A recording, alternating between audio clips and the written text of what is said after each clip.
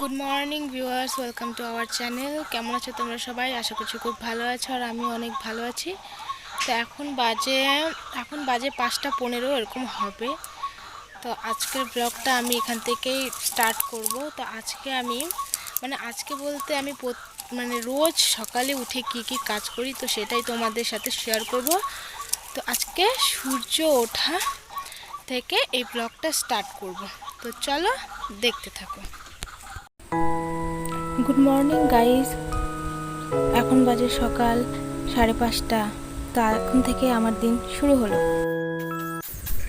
সবার প্রথমে আমি আমার শ্বশুর শাশুড়ির ঘর ঝাড়ু দিচ্ছি। দেখতেই পাচ্ছ প্রচণ্ড ধুলো হয়ে গেছে, তো এরই মধ্যে কাজ করতে হয়।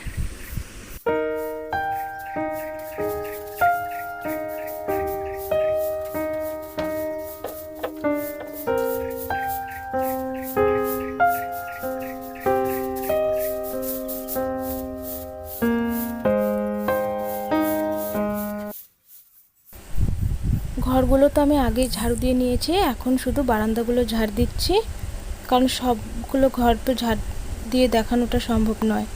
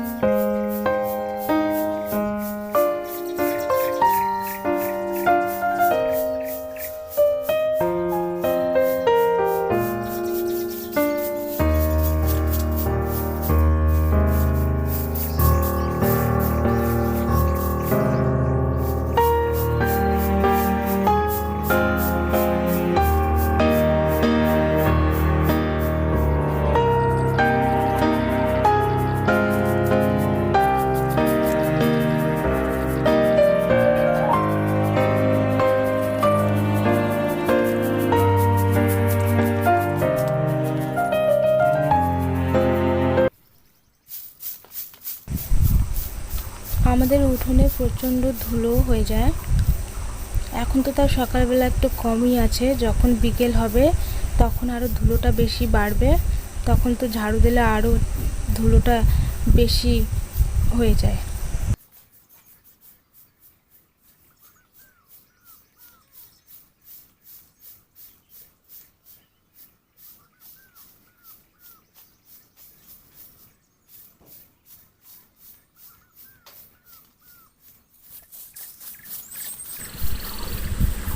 এটা আমাদের ঘরের পেছন দিকটা, পেছনেও প্রচণ্ড নোংরা হয়ে যায়, তো সে কারণে পেছনটাও ঝাড় দিতে হয়, না ঝাড় দিলে হয় না।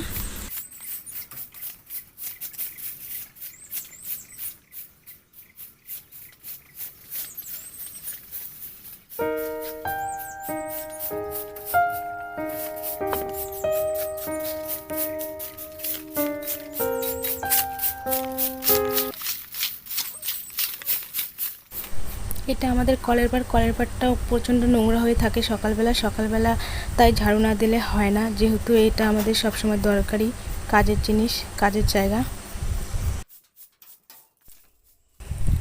আমাকে রোজ সকালে এতগুলো করে বাসন মাজতে হয়, তো এখন আমি বাসন মাজবো। দেখতেই পারছো কতগুলো বাসন, সবগুলো বাসন এখন মাজতে হবে।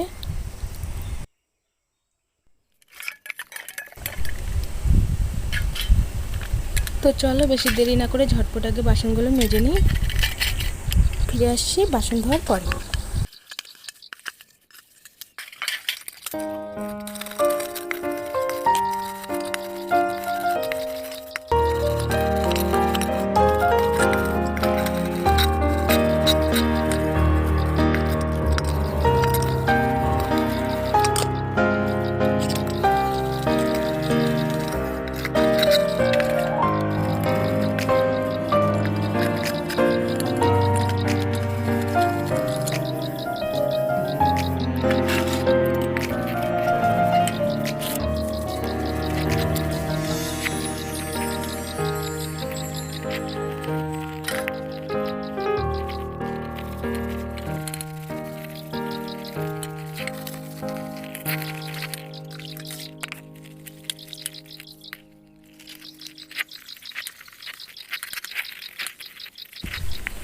এই কড়াইটা মাজতে সত্যি প্রচণ্ড খাটনি হয়, মানে কি বলবো বলার বাইরে।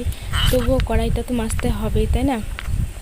তো আমি সেরকম কিছু দিয়ে মাজি না, উনুনে যে রান্না করি সেই ছাইটা দিয়েই আমি, ছাই আর নিরমা দিয়েই কড়াই বাসন টাসন মাজি।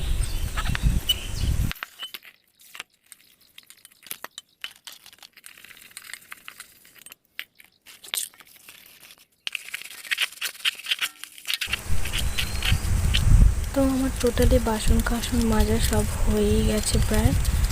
তো এখন আমি বাসনগুলোতে একটু জল দিয়ে নেব, তার কারণ নাহলে বাসনে কেমন দাগ হয়ে যায় সাদা সাদা।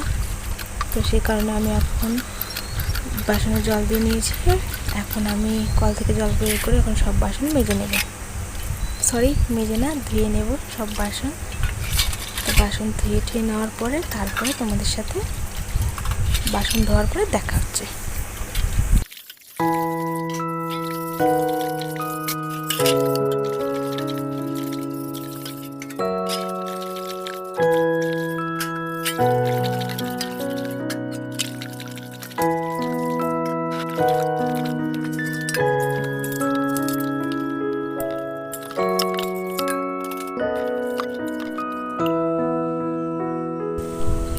ফাইনালি গাইস, আমার বাসন টাসন সব মাজা হয়ে গেছে।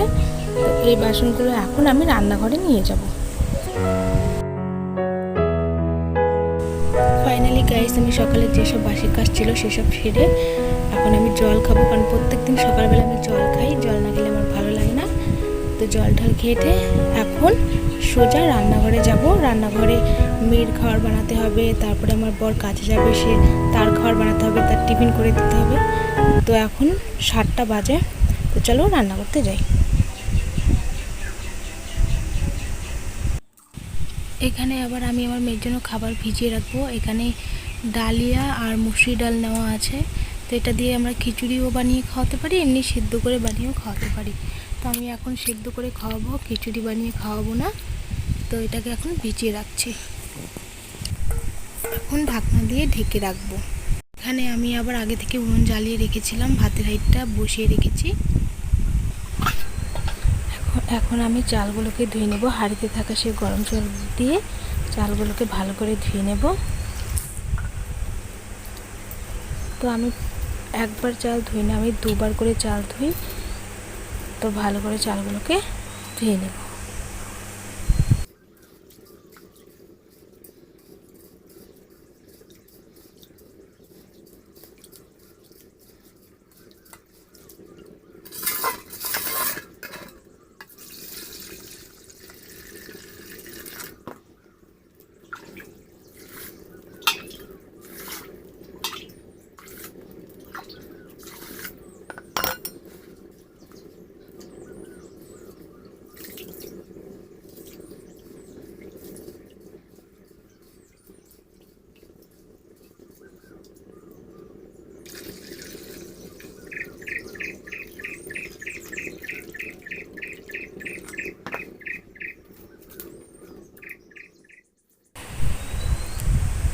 এদিকে আবার হাঁড়ির জল গরম হয়ে গেছে। এখন আমি চালগুলোকে জলের মধ্যে দিয়ে দেব, মানে হাঁড়ির মধ্যে দিয়ে দেব।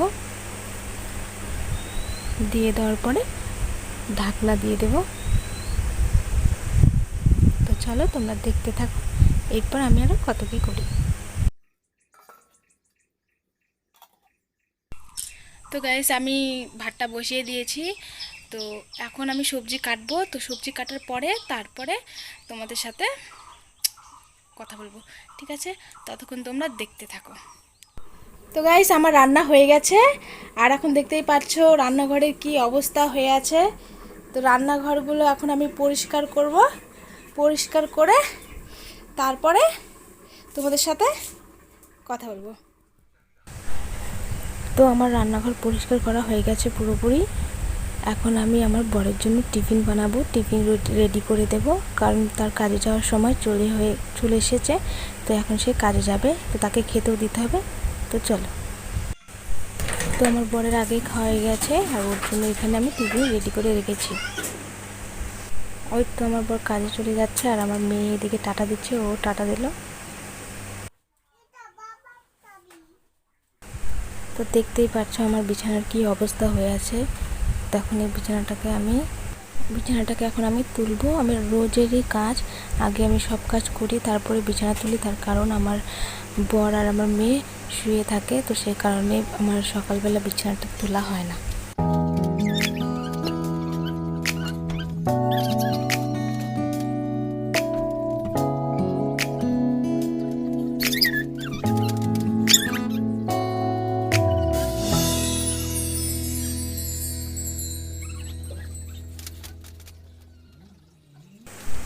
এইদিকে আমি আবার কাঁথাগুলো ভাঁজ করে নিচ্ছি।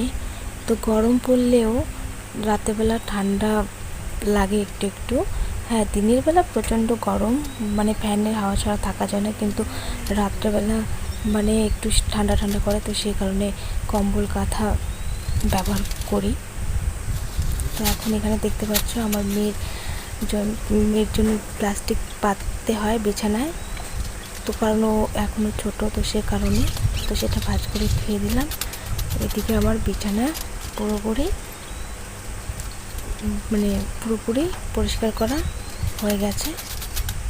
এইদিকে আবার জানলা দিয়ে প্রচণ্ড রোদ আসছে, সে কারণে সে কারণে ভালো করে বোঝা যাচ্ছিল না, তার কারণ জানলা দিয়ে রোদ আসছিল। আর এই দেখো আমার বিছানা পুরোপুরি পরিষ্কার করা হয়ে গেছে। এইদিকে আমি আবার আগে থেকে কাপড়গুলো ভিজিয়ে রেখেছিলাম, তো সেগুলো এখন আমি ধুয়ে নেব।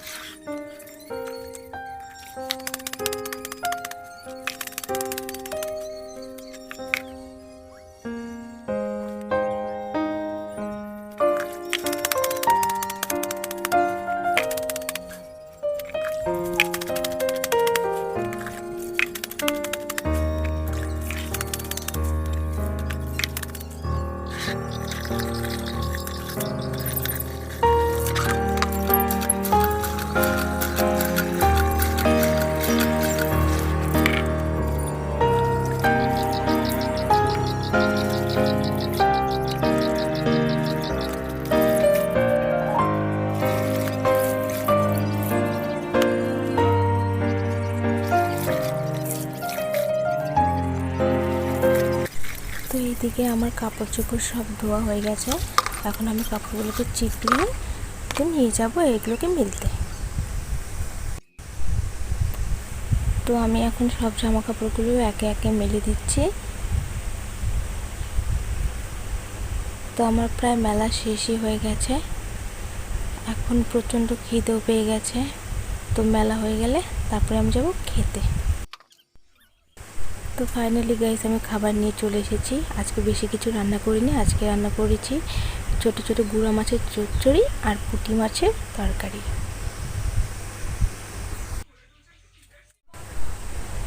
তো গাইস আমি হাত মুখ ধুয়ে চলে এসেছি আর খেতেও বসে পড়েছি। তো এখন আমি খাবার খাবো। তো খেতে বসে ভিডিওটা করব না, তার কারণ আমি সবার মতন খেতে বসে ভিডিও করতে পারি না, আমার একটু লজ্জা করে, মানে কি বলবো, তবুও তোমাদেরকে একটু দেখাচ্ছি। তো চলো তোমাদের সাথে দেখা হবে খাওয়া দাওয়ার পরে। Tata, bye bye. Finally guys আমার সকালে সব কাজ শেষ হয়ে গেছে, বাসি কাজ থেকে মানে খাওয়া দাওয়া পর্যন্ত সব কাজ শেষ। তো তোমাদের তো সব হয়তো ভিডিও দিতে পারছি না বা পারিনি, কারণ আমার মেয়েকে কাজের মাঝেই আমার মেয়েকে খাওয়াতে হয়, আরও অনেক কাজ করতে হয়, তো সে কারণে পুরো ভিডিওটা দিইনি। আর পুরো ভিডিওটা দিলেও হয়তো অনেক বড় হয়ে যেত। আর রান্নাঘরের অবস্থা তো তোমরা দেখলেই কেমন ছিল। তো আমার মেয়ে এসে মানে প্রত্যেক দিন সকালবেলা ঘুম থেকে ওঠে আমার মেয়েকে একদম রান্নাঘরে আসতেই হবে। তো রান্নাঘরে এসে আমার মেয়ে একদম ঘরটাকে একদম মানে নোংরা করে ফেলেছে, তোমরা তো সেগুলো দেখলেই। তো আশা করি তোমাদের ভিডিওটা ভালো লাগবে। যদি আমার ভিডিওটা ভালো লেগে থাকে তাহলে লাইক, কমেন্ট অ্যান্ড শেয়ার করো আর সাবস্ক্রাইব করে আমার পাশে থেকো। তো দেখা হচ্ছে নেক্সট ভিডিওতে।